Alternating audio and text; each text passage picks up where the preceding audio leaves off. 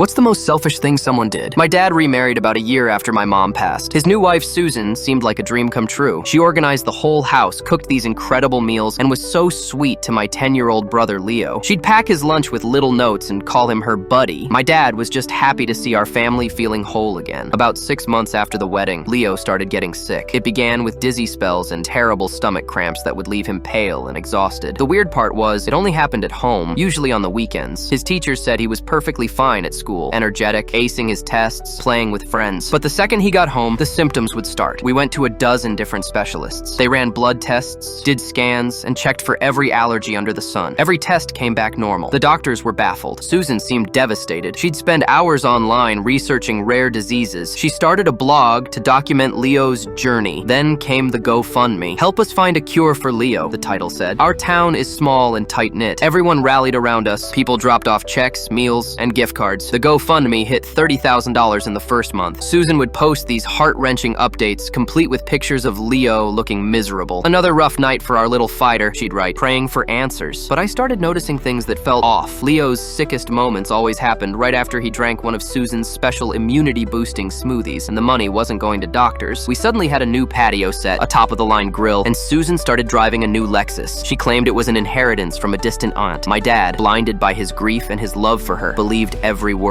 He just saw a devoted stepmom trying to hold our family together. One afternoon, I came home early and found Susan in the kitchen, humming while she made Leo's smoothie. I saw her crush up a few white pills and stir the powder into the blender before she saw me. She jumped and said they were just extra vitamins, but my stomach dropped. I knew I couldn't accuse her without proof. My dad would think I was just a jealous stepson. That weekend, I used all the money I'd saved from my part-time job to buy a tiny spy camera that looked like a USB charger. I plugged it into the kitchen outlet, aimed right at the counter where she made the smoothies. I told my dad I was trying to see if our dog was stealing food off the counter. He didn't even look up. I felt sick, waiting to see what I would find. The next day, I sat in my room and watched the footage on my laptop. There was Susan, pulling out the blender. She reached into her purse and took out a small bottle of eye drops and a pack of sleeping pills. She squeezed half the bottle of Visine into the smoothie and then added 2 crushed pills. She swirled it around and called Leo in, telling him his special drink was ready. I didn't even think. I just grabbed my laptop and ran downstairs to my dad. I didn't say a word. I just hit play. He watched the video once, then a second time. The color drained from his face. He looked like he was going to be sick. He didn't get angry. He just became completely silent. He walked into the kitchen, picked up the phone, and called the police. When the officers arrived, Susan tried to deny it, but the video was undeniable. She confessed she'd been using a mix of ingredients to make Leo sick enough to seem ill, but not sick enough to be hospitalized for long. The eye drops caused the stomach pain, and the sleeping pills made him dizzy and tired. She'd collected over $70,000. She was arrested for child endangerment and fraud. Leo hasn't been sick a single day since she left.